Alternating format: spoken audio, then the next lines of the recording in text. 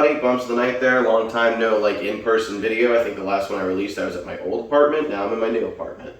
Unfortunately, the old apartment setup was just a little better because the way it was, the kitchen island was right next to my bookshelf, so I could just set my phone up and I had a pretty cool POV. Here I kind of got to stretch and make it work, so hopefully this looks okay when I do the post-editing, we'll see. Anyway, I've been so busy, I work 2.5 jobs, I really haven't had time to make content. I'm sure you guys have also noticed the episodes of the podcast are kind of slowing down.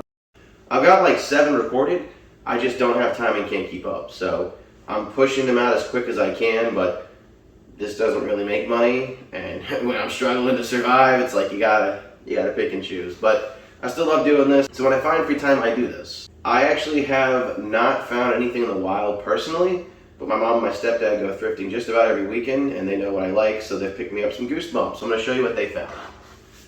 So, in about the last month, I'd say, they've come across, this is Goosebumps Presents #1, The Girl Who Cried Monster. Now, it's in okay condition, but it's got an AR sticker on it and a sticker on the back. Mine's in better condition, so I'm keeping mine, and this is hitting my eBay shop. They found me a copy of Calling All Creeps, and this one is pretty great condition, honestly, aside from the little scuff on the corner here. And a little bit of wear and tear bouncing around. It's probably been read once or twice. It did have the trading cards at one point, but someone has removed them, unfortunately. The copy on my shelf is just a little better, so once again, this is not joining the shelf. This is going to eBay.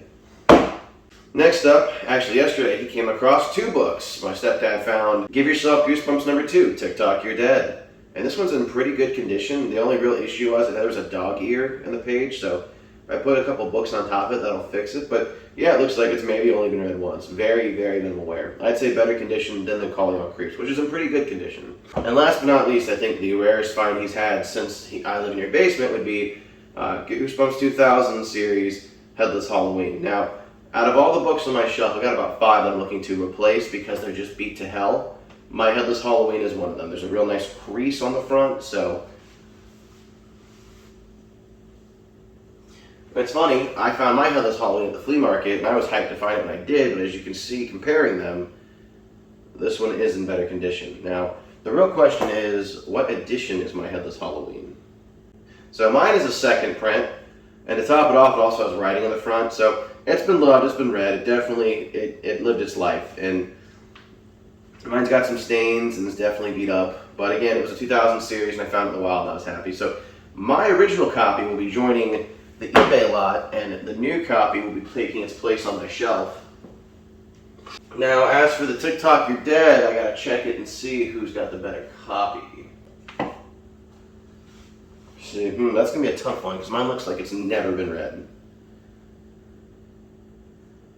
So, the copy that I got yesterday has a little more damage and is more yellow than mine.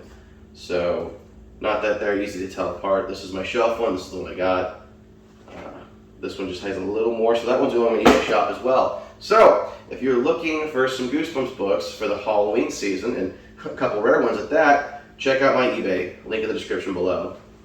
Also, I know there's been a lot of stuff going on with Goosebumps. I keep meaning to make a video about the Trick or Treat Studio stuff, but it's so far past now, I feel like I kind of missed that boat. I know I did one on the Funko Pops, just because that was a short, easy 60-second video, and I know I haven't done Goosebumps in 60 seconds in a while.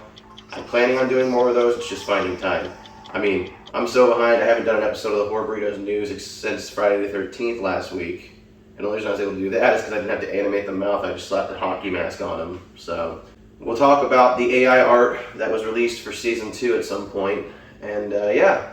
Oh, I guess I forgot to mention, he also got me a copy of Attack of the Mutant. It's a 2003 reprint, which is funny. This is the next book we're reviewing on the podcast. So, yeah, if you guys are looking for a sweet lot at a decent price with some first prints, hit me up.